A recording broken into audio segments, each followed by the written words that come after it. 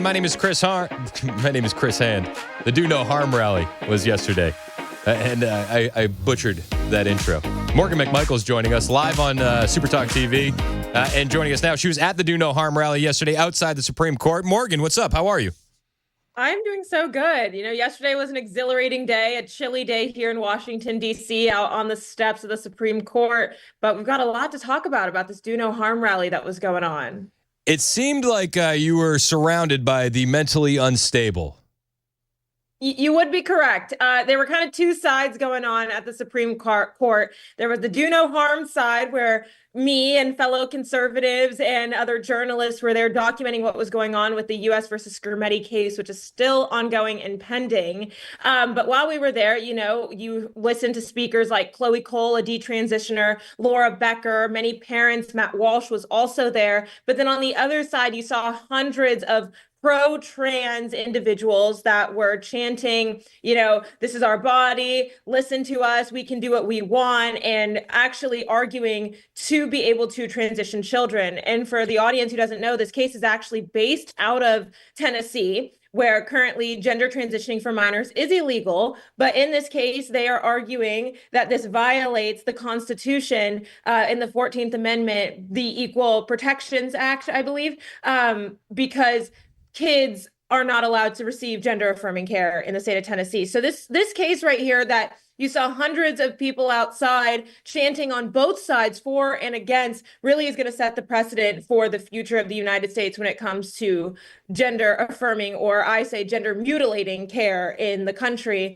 which I do believe it should be illegal. Why do you think that so many of these trans activist protesters are so intent on not letting detransitioners' stories like Chloe Cole's be heard? It's really upsetting when you see these individuals that are wanting to silence fellow former trans individuals who bought into the lies of the medical industry and the pharmaceutical companies. I mean, need to remind everybody, this is a multi-billion-dollar industry. And I truly believe that a lot of these people that are silencing the detransitioners, it's because they are delegitimizing the transgender narrative, okay? There's no such thing as a trans human being. There's no such thing as a trans child. I even saw a report come out yesterday of a so-called trans individual saying that Chloe Cole was never trans, that she was just misdiagnosed, which is just not true. Like, hypothetically, if we say a trans child does exist, how many of these people are misdiagnosed, and why are we allowing the medical malpractice to continue? If that's your argument, well, then we have a bigger issue, because doctors are misdiagnosing people, and then that causes irreparable harm.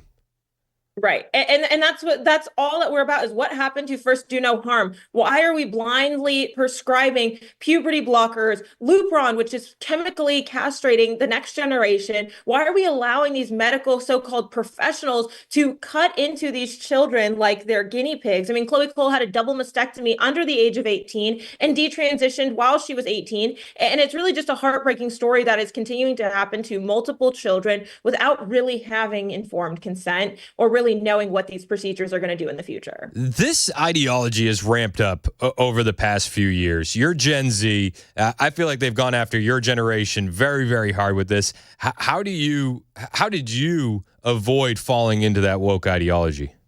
Yeah, I think I have this thing called common sense, but a lot of kids now, I mean, we're growing up in a society that breeds cancel culture, individualism, worshiping oneself, to where these kids are unhappy with themselves. They go on social media and they're looking for a community. And I think that's what the LGBTQ cult has really done a good job of doing, is bringing in the people that are typically maybe the more weird kids in school, telling them maybe you're just born in the wrong body, maybe you belong to this community, and giving them something to actually believe in a sense, when really they need to be believing in God. But, it is this kind of cult-like mentality that is brainwashing these kids into thinking that puberty blockers and transitioning their gender is actually going to make them happy when they're unhappy. And I think we have a lot bigger issue going on in our country when it comes to mental health and misdiagnosing these children with gender dysphoria. I do believe that there are some cases of gender dysphoria, but when you look at the masses of how many children are being prescribed these drugs and how parents are being gaslit into thinking that their children will no longer survive if they don't put them on these drugs, is astronomical. Yeah, it's insane, and that's what happened to Chloe Cole's mom. That's what they told her. Right. Either you do it or she's going to kill herself, and that doesn't seem like a fair choice to make. We had a detransitioner call into my show yesterday, and he said one of the things that was really hard was that they never dealt with any of the root causes of why they were feeling like that. They never dealt with the sexual abuse and trauma that person dealt with early in their life, which led them to feel like they were in the wrong body. Do you feel like that ignoring the root causes is really one of the reasons why we got here?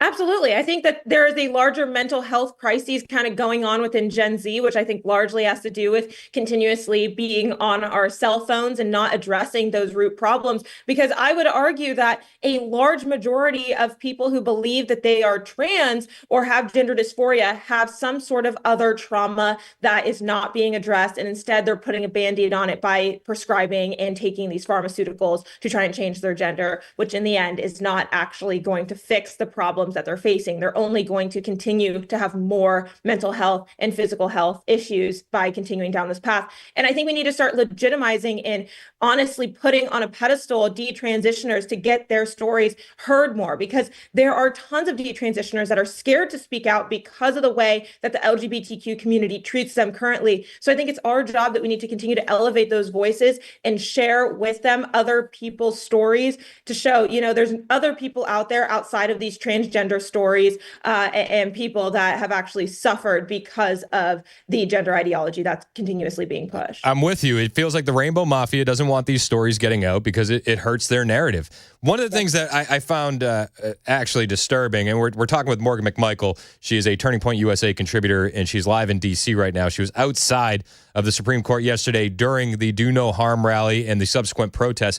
But while you were out there during those protests, you posted a video, and you said hundreds of trans kids activists are out here. But what was most shocking to me was seeing actual little kids on the side of the trans activists. How many young kids were out there?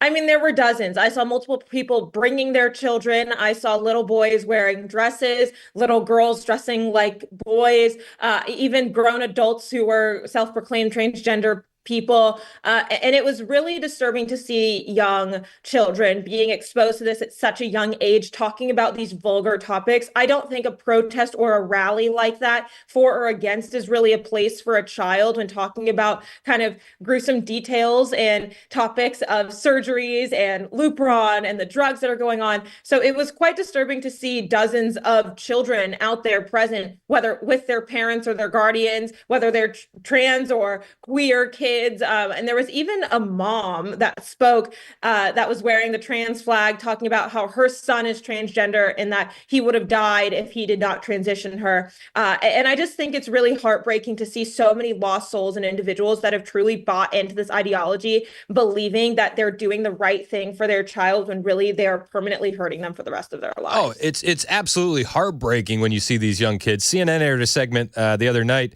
where it was emotional propaganda, but they had a transgender child with the mother behind him, and he said, "I'm afraid to walk down the street. That I might get shot because I'm transgender." It's like, how could you pump your kid full of that? And I guess one of the questions I would have for you is, you're on college campuses all the time.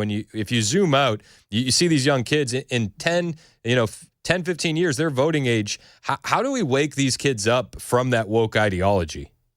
I want to note, yes, they're going to be voting in maybe 5 to 10 years, maybe even longer than that with a couple voting cycles, but they're not the majority. And so we just need to continue to, I don't want to say bring back bullying, but I think we just need to bring back common sense and actually have truthful conversations instead of allowing people to just shove fake narratives down everyone's throats. Like, even on college campuses, why are we accepting the not normal and propping that up to be normal? And I think these people really just need to wake up in a sense and just continue to speak the truth, because the more that we do that, the more that the minority will realize, oh, we're really wrong. And then when it comes to transitioning children, we can't allow it to happen. Adults need to actually wake up and realize that they're, harming their kids. We need to continue to support legislation that is going to be banning this gender offer mutilation care across the country, like what Tennessee did. And I think the more states that follow to do that, the better off we will be in the future. Yeah, no, I agree. We're talking with Morgonn McMichael, Turning Point USA contributor. One of the things you do is you go to a lot of campuses, whether it's high school, whether it's colleges. So I wonder, and you've been doing this for a few years now, I wonder kind of where we're at on those campuses. Do you see that we're trending in the right direction away from this woke ideology, insanity, or are we still trending in a negative direction? Overall. We are definitely trending in a positive direction. And I think the 2024 election was visual proof of that. Compared to 2016 and 2020, Gen Z is voting way more in the conservative direction. Not to mention Turning Point USA chapters have bloomed across the country, and we have had 10 times more chapters than we had before. I mean, exponential growth. And that just shows that students are actually eager and wanting to talk about politics more. And then when you're looking at voting patterns, kids are actually concerned about what's affecting them, the money in their wallet. And I think that's the number one issue when I was asking, what is concerning Gen Z voters? They really were concerned about the economy more than they were concerned about having legal abortions up until the third trimester, which is, what the Harris campaign really campaigned off of to Gen Z. And so I don't think Gen Z is as dumb or as lost as the left likes to say. I think they just are hungry for the truth, and we need to continue to expose that over the next 4 years to ensure a win in 2028 as well. Amen. Morgonn McMichael, Turning Point USA contributor. We're going to be exposing some truth in a couple weeks. We got AmFest coming up. You're going, and we're going to see each other there. What are you looking forward to at AmFest? Oh, all the speakers. We have a phenomenal lineup this year. I mean, Ben Shapiro, Brett Cooper are going to be there, Matt Walsh, Charlie Kirk, of course. I mean, we have the biggest lineup ever. It's going to be a big party this year. I was a little nervous before November. I really thought we had the election in the bag, and I'm so glad that we did, because now it is a party and we get to celebrate all of our hard work with thousands. Conservatives. I had said that beforehand. It's like, is AmFest this year going to be a celebration or a funeral? It's like it's a celebration. Luckily, it's going to be a celebration. I'm very, very excited. Are we able to still get tickets if people want to make the trek out to Phoenix, December 19th to the 22nd? Yes, get your tickets, amfest.com, AMFEST. And if you use my first name as a code to get 25% off, MORGONN. Be sure you spell it right, Morgan with 2 N's and an O. But definitely be there December 19th through the 22nd. 4-day event. You won't want to miss it. Morgonn McMichael, live from D.C. Where can we keep up with you and find your footage from these protests and watch what you're seeing on the ground out there in D.C.? You guys want to follow any of the work that I'm doing, Twitter, X, Instagram, wherever, spell my name out and you will find me, MORGONN. That's Morgan with an O and 2 N's. Morgonn McMichael, thank you so much for taking some time, and thank you for being out there yesterday at that rally. We need more people like you out there spreading the truth. I appreciate what you do. Thanks, Chris. Hey, have a good one.